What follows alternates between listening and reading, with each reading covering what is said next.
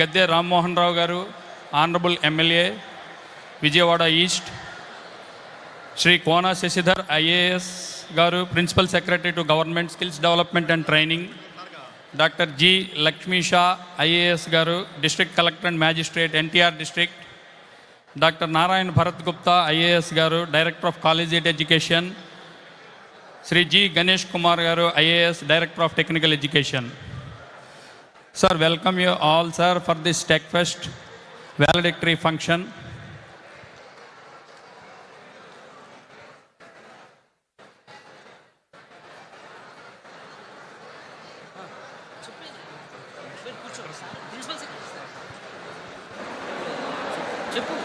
Now, I request Principal Secretary to Government, Skills Development and Training Department, Sri Kona Shashidhar IAS Garu, to address the gathering.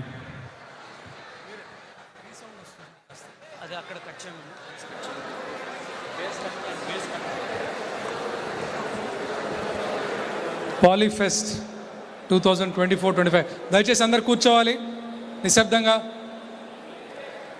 All students silence please. Faculty,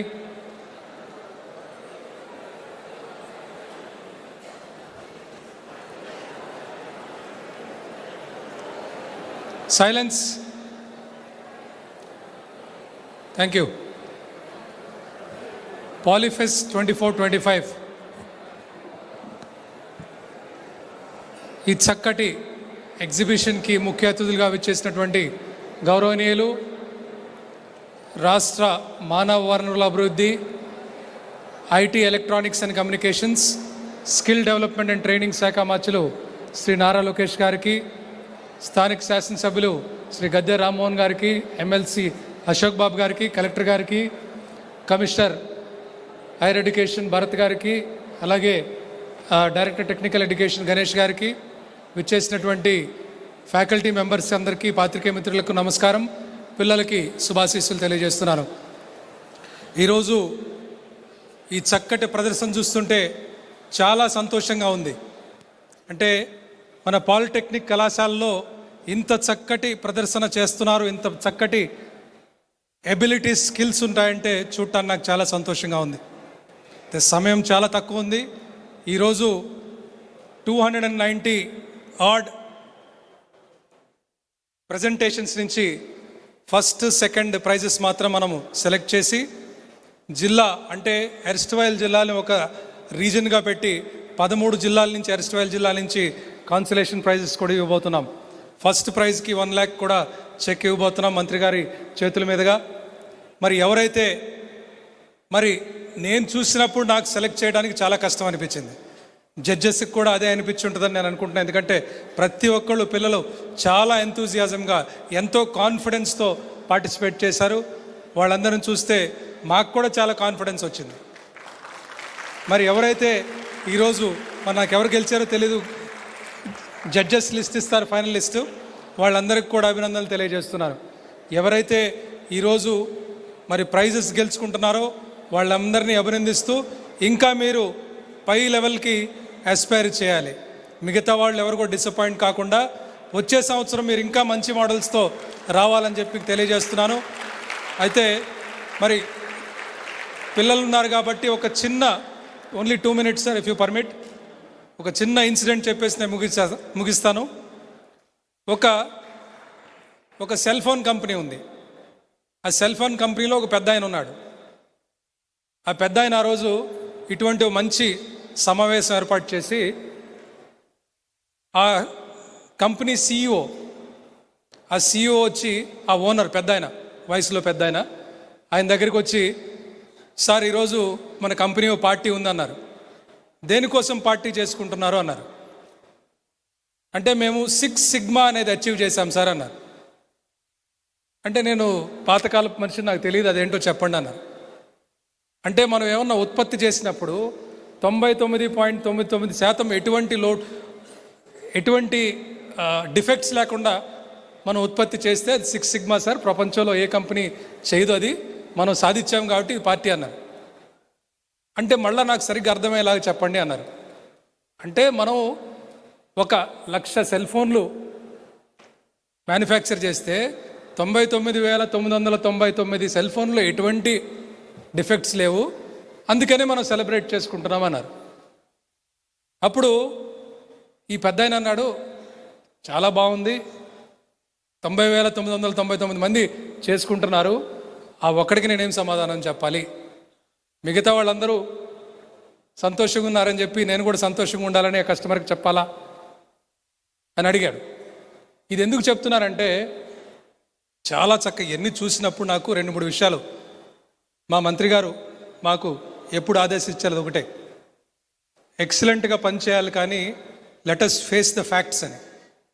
కొన్ని సవాళ్ళు ఉన్నాయి మనకి. ఇక్కడ అధ్యాపకులు అందరూ వచ్చారు, faculty members వచ్చారు, students కూడా ఉన్నారు. కాబట్టి మనము ముఖ్యమంత్రి గారి ఆలోచన ఏంటంటే నాలెడ్జ్ ఎకానమీ వైపు వెళ్ళాలి. ప్రతి ఒక్కళ్ళు ఏ రకంగా అయితే ఇప్పుడు ఈ మోడల్స్ డిస్ప్లే చేశారో అలా ప్రతి స్టూడెంట్ కూడా చేయగలగాలి, ప్రతి స్టూడెంట్ ఎక్సెల్ అవ్వాలి.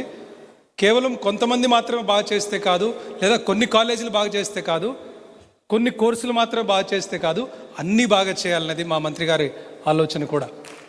కాబట్టి వారి ఆలోచనలు కూడా తెలియచేస్తారు మనకి. ఫ్యాకల్టీ మెంబర్స్ కూడా నేను 1-2 విషయాలు మాత్రమే చెప్పి ముగిస్తాను, ఎందుకంటే సమయం అస్సలు లేదు. మనం కోర్సెస్ ఏదైతే NBA కోర్సెస్ అనుకుంటున్నామో అక్కడక్కడ we have some examples of excellence. పిల్లల్లో కూడా we have examples of excellence. ఇది అన్ని కాలేజెస్కి, అన్ని కోర్సెస్కి, అందరి పిల్లలకి స్ప్రెడ్ అవ్వాలన్నదే మా ఆలోచన. ఆ దిశగా మేము ప్రయాణం చేస్తున్నాం. ఎన్నో మార్పులు కూడా తీసుకొని వస్తున్నాం. మంత్రి గారు కూడా మాట్లాడతారు. మీరందరూ కూడా సహకరించి రాబోయే రోజుల్లో మీరందరూ చక్కగా, మేమందరూ గర్వించదగ్గ పౌరులుగా మీరు పైకి రావాలని చెప్పి, ఇటువంటి వాటిలన్నింటిలో మీరు మంచి మంచి ప్రైజెస్ తెచ్చుకొని మీ ఇన్స్టిట్యూషన్కి, స్టేట్కి మంచి పేరు తీసుకొని రావాలని చెప్పి తెలియజేసుకుంటూ ఈ అవకాశం ఇచ్చినందుకు ధన్యవాదాలు తెలియజేసుకుంటాను. Thank you. జై Hind.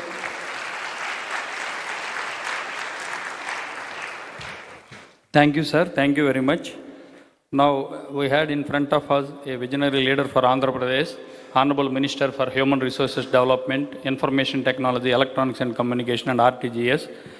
Sir, it is indeed a privilege for all of us gathered here to have such transformative leader on this big day. Sir, your presence today is a testament to your unwavering commitment to technical education and skill development. With immense respect, I now invite Honorable Minister to address this august gathering and inspire us with your valuable insights, sir.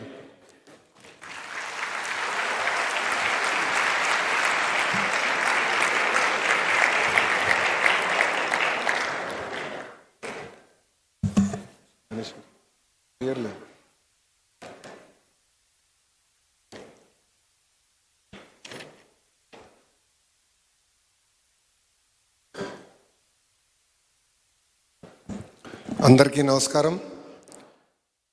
ఈరోజు ఈ polytech ఫెస్ట్కి వచ్చినప్పుడు నిజంగానే నేను ఆశ్చర్యపోయా.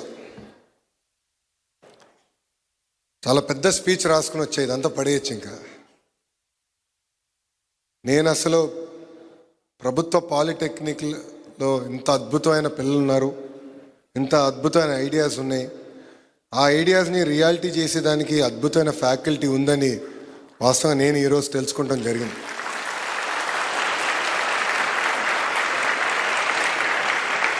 మీ అందరూ తెలుసు,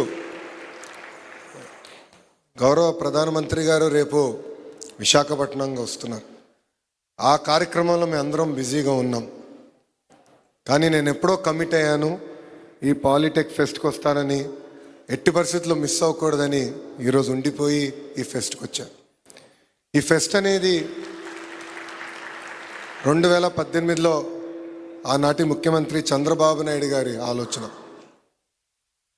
పిల్లలకి అద్భుతమైన అవకాశాలు కల్పించాలి, వాళ్ళు చేస్తున్న అనేక ప్రాజెక్ట్స్ ఇతర కాలేజీలు కానివ్వండి, లేదంటే పిల్లలకు కానివ్వండి చూపించాలి అన్న ఆలోచనతో ఇది ఏర్పాటు చేశారు. ఇది ఇక్కడితో ఆగకూడదు.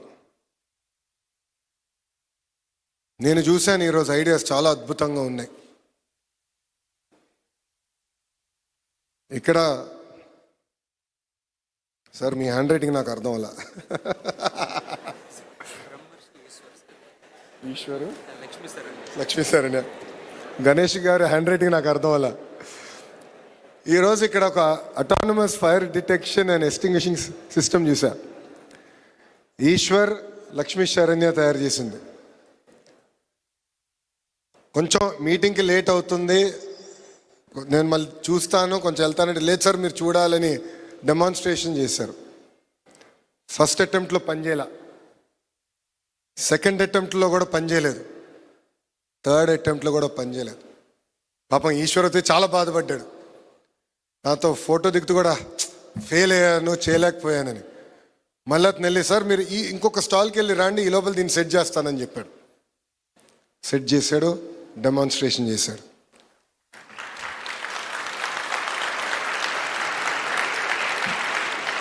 దాని అన్న ఒకసారి రా, పైకి రా, పైకి రా.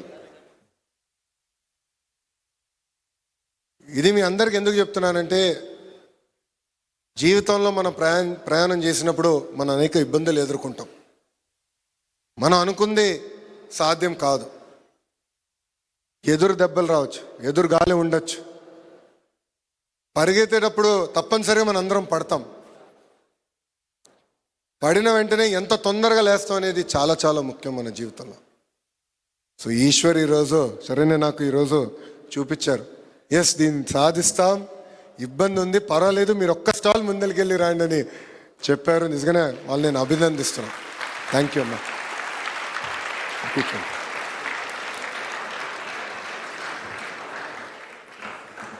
ఈరోజు దాదాపు 1256 ప్రాజెక్టులు చూపించారు. దాంట్లో 249 టాప్ ప్రాజెక్టులు ఏకంగా స్టేట్ లెవెల్కి తీసుకొచ్చారు. వాళ్ళందరినీ నేను హృదయపూర్వకంగా అభినందిస్తున్నాను. నేను కూడా స్కూల్ సమయంలో ఒక కారు తయారు చేశా. చిన్నప్పుడు కార్లు పిచ్చి చాలా ఎక్కువ నాకు. క్రికెట్, కారు, బిర్యానీ ఈ మూడు నాకు బాగా నచ్చేది చిన్నప్పుడు.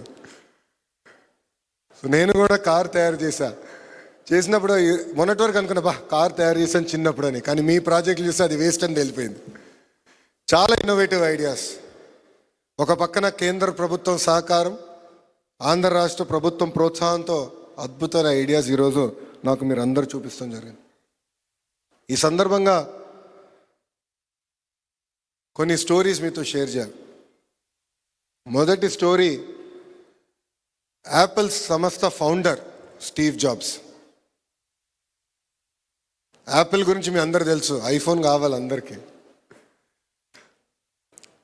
అతను యాపిల్ స్థాపించినప్పుడు అతనికి ఉన్న ఐడియాస్ని బోర్డు కాదంటే ఏకంగా కంపెనీ వదిలేసి వెళ్ళిపోయాడు.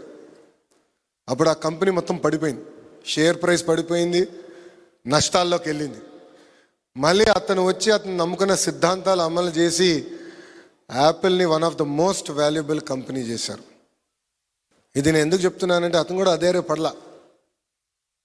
నన్ను నా కంపెనీ నుంచి పంపించేశారే, వేరే మోడల్ చేయాలి లేంటే ఏదో అని ఆలోచించలేదు. పర్వాలేదు, పంపించేశారు. వెళ్ళి ఇంకో కంపెనీ స్టార్ట్ చేశాడు. అతన్ని ఎత్తుక్కుంటా మళ్ళీ ఆ కంపెనీ బోర్డ్ ఆఫ్ డైరెక్టర్స్ వచ్చారు. నాకు కూడా ఇప్పుడు కూడా బాగా గుర్తు, ఐఫోన్ 2007లో అనుకుంటా ఇంట్రడ్యూస్ చేశారు. నేను అనుకున్నా ఎవరన్నా $600 అనుకుంటా అప్పుడు. అది $600 పెట్టి ఎవరన్నా ఫోన్ కొంటారు నేను అనుకున్నా. కానీ ఒక్క ఐఫోన్ సమాజంలో ఎంత మార్పు తీసుకొచ్చిందో మనందరూ ఆలోచించాం. ఇంకో వ్యక్తి గురించి కూడా నేను మాట్లాడదలుచుకున్నా. అతని పేరు శ్రీధర్ వెంబు. ఎంతమందికి తెలుసు శ్రీధర్ గారి గురించి? జోహో అనే కంపెనీ విన్నారా ఎవరన్నా? India's premier product development company. Sridhar గారిని నేను 3-4 సార్లు కలిసా. 2017 నుంచి 2019 మధ్యన నేను ఐటీ శాఖ మంత్రిగా ఉన్నప్పుడు ఆయన్ని కలిసి తిరుపతికి ఒక డెవలప్మెంట్ సెంటర్ తీసుకొచ్చాం. అతని ఆలోచన, అతని నమ్మకం ఏంటంటే కేవలం పట్టణంలోనే హై టాలెంట్ కాదు, మన గ్రామాల్లో కూడా అద్భుతమైన పిల్లలు ఉన్నారు, వాళ్ళకి అవకాశం కల్పించాలి. అందుకే నా development centre, product development centre నా గ్రామంలో నా ఊరిలో పెట్టి ప్రపంచానికి కావాల్సిన ప్రోడక్ట్స్ తయారు చేస్తానని చెప్పాడు. It is one of the most successful product company. ఇట్లా మన చుట్టుపక్కల అనేక మంది ఇన్స్పైరింగ్ పీపుల్ ఉన్నారు. వాళ్ళందరినీ మనం ఆదర్శంగా తీసుకుని మన సమాజం కోసం మన కోసం, ప్రపంచం కోసం కావాల్సిన ప్రోడక్ట్స్ తయారు చేయాల్సిన బాధ్యత మనందరిపైన ఉంది. నేను విద్యాశాఖ మంత్రి అయినప్పుడు గౌరవ సెక్రటరీ హెచ్ఆర్డి గారితో నేను కూర్చుని మాట్లాడా. మన ఐటీఐ పాలిటెక్నిక్స్ ఒక స్థాయి వరకు వచ్చినా ఇక్కడతో ఆగకూడదు. మన ఐటీఐ పాలిటెక్నిక్స్ ఒక సెంటర్ ఆఫ్ ఎక్సలెన్స్గా తయారవ్వాలి. దానికి తప్పనిసరిగా మార్కెట్ లింకేజ్ అనేది చాలా చాలా అవసరం అని చెప్పాం. దాంట్లో భాగంగా ఈరోజు మేము సుజ్లాన్ అన్న సంస్థతో, భారతదేశంలోనే అతిపెద్ద విండ్ మిల్ మ్యానుఫ్యాక్చర్ చేస్తున్న సంస్థతో ఏకంగా సెంటర్ ఆఫ్ ఎక్సలెన్స్ కాదు, కరిక్యులంతో పాటు రాబోయే రోజు ఇన్నోవేషన్ ప్రాజెక్ట్స్ ఉంటే వాళ్ళని కూడా ఇంక్యుబేట్ చేసే ఆలోచనతో ఈరోజు మేము ఒప్పందం కుదుర్చుకుంటాం జరిగింది.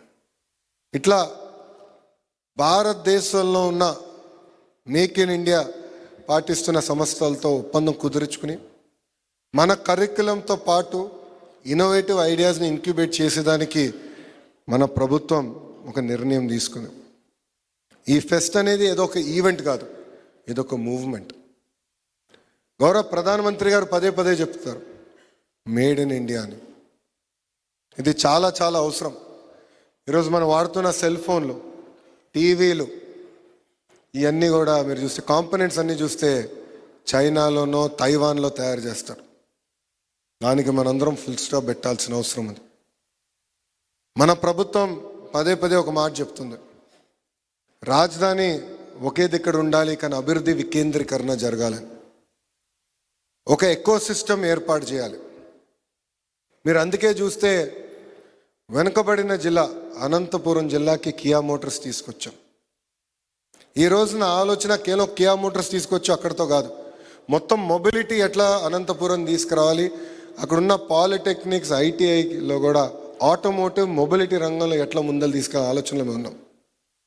ఇంకో పక్కన కర్నూలుకి వచ్చేగల ఏకంగా డ్రోన్స్ హబ్గా మొన్న గౌరవ కేంద్ర మంత్రి, సివిల్ ఏవియేషన్ మంత్రి రాము కూడా ప్రకటించారు. ఆ డ్రోన్ హబ్లో కూడా కావాల్సిన ఎకో సిస్టమ్, ఇన్నోవేషన్కి కావాల్సిన బేసిక్ ఎక్విప్మెంట్, మెంటరింగ్, నర్చరింగ్ కూడా ఏర్పాటు చేయాలి. ఇట్లా ఒక్కొక్క జిల్లాకు ఒక్కొక్క ప్రాధాన్యత ఇచ్చాం. కడప, చిత్తూరుకు వచ్చి గల ఎలక్ట్రానిక్స్ మ్యానుఫ్యాక్చరింగ్ హబ్.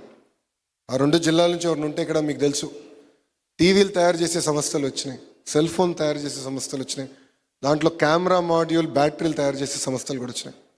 నిన్నగాక మొన్న ప్రకాశం జిల్లాలో ఏకంగా బయోఫ్యూల్స్ అంటే గడ్డి నుంచి గ్యాస్ తయారు చేసేదానికి రిలయన్స్ అనే సంస్థతో కూడా ఒప్పందం కుదుర్చుకున్నాం.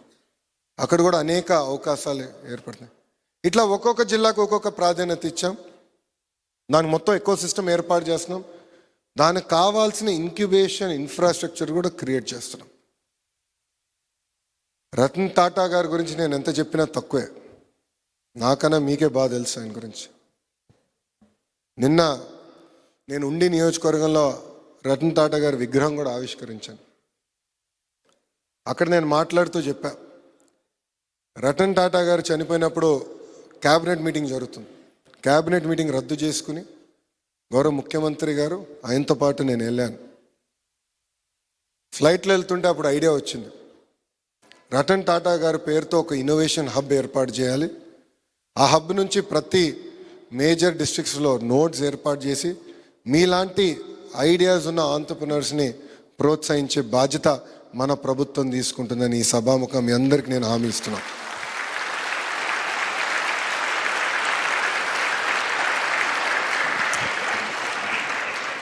ఐడియాస్ కూడా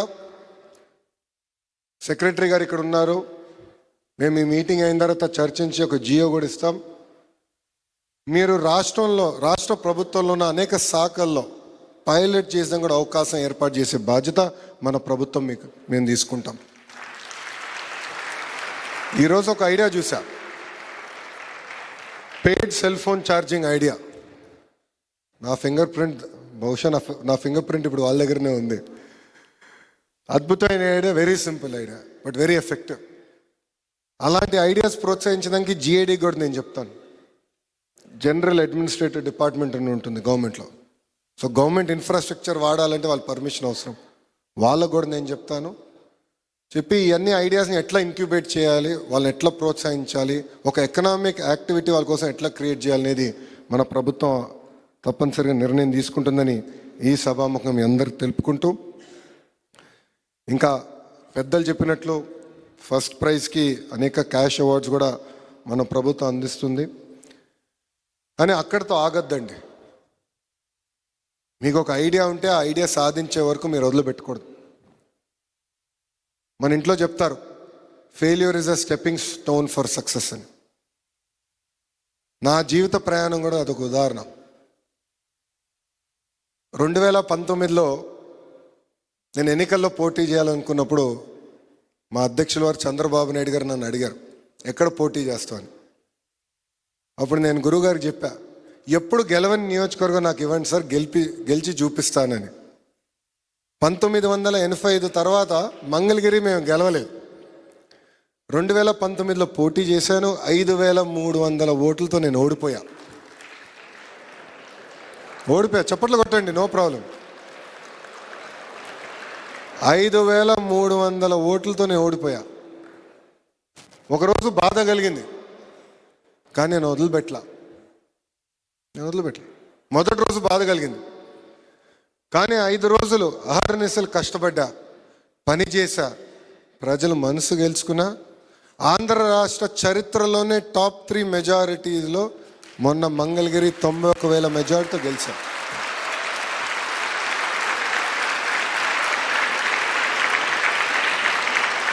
ఉపాధ్యాయులు ఇక్కడ ఉన్నారు. గౌరవ ముఖ్యమంత్రి గారు మీరు ఏ శాఖ ఆశిస్తున్నారని నన్ను అడిగినప్పుడు విద్యాశాఖ నాకు ఇవ్వండి సార్ అన్నా. అప్పుడు ఆయన అన్నారు, చాలా కష్టమైన శాఖ, చాలా కాంప్లికేషన్, అనేక సంఘాలు ఉంటాయి, నువ్వు తట్టుకోగలుగుతావా అని అడిగారు. అందుకే నాకు ఆ శాఖ కావాలి సార్ అని చెప్పా.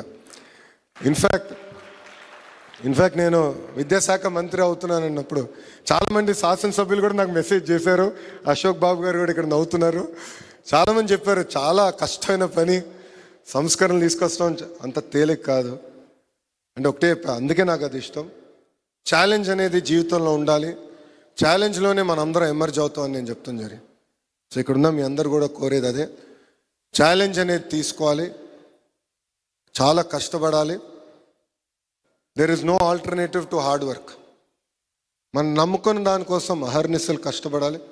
1 కాదు, 2 కాదు, 10 దెబ్బలు కూడా తగలచ్చు, అయినా నిలబడాలి, నమ్ముకున్న దానికోసం పోరాడాలి. సో ఈరోజు నిజంగానే మిమ్మల్ని అందరినీ నేను అభినందిస్తున్నా.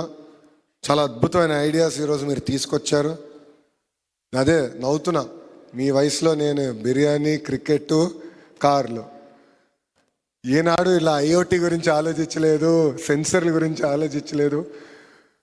నిజంగానే I go back very inspired from the work that all of you have done.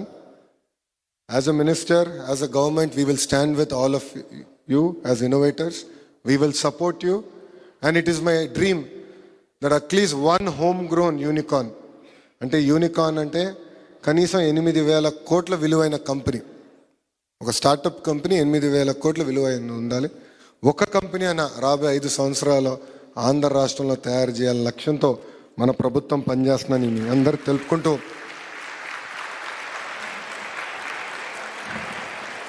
1995 నుంచి 2004 వరకు చంద్రబాబు నాయుడు గారు ముఖ్యమంత్రిగా ఉమ్మడి రాష్ట్రానికి పనిచేశారు. అప్పుడు ఆయన చెప్పేవారు, పదే ఎక్కడికి వెళ్ళినా dare to dream, strive to achieve అని. ఏంటది? Dare to dream, strive to achieve. అది మీరందరూ గుర్తుపెట్టుకోవాలని ఈ సభాముఖం మీకు తెలుపుకుంటూ, నాకు ఇంత అద్భుతమైన అవకాశం ఇచ్చిన మీ అందరికీ పేరున నా హృదయపూర్వక ధన్యవాదాలు తెలుపుకుంటూ మీ అందరి నుంచి సెలవు తీసుకుంటున్నాను. అందరికీ నమస్కారం. జై హింద్. గట్టిగా చెప్పాలి, జై హింద్. Thank you.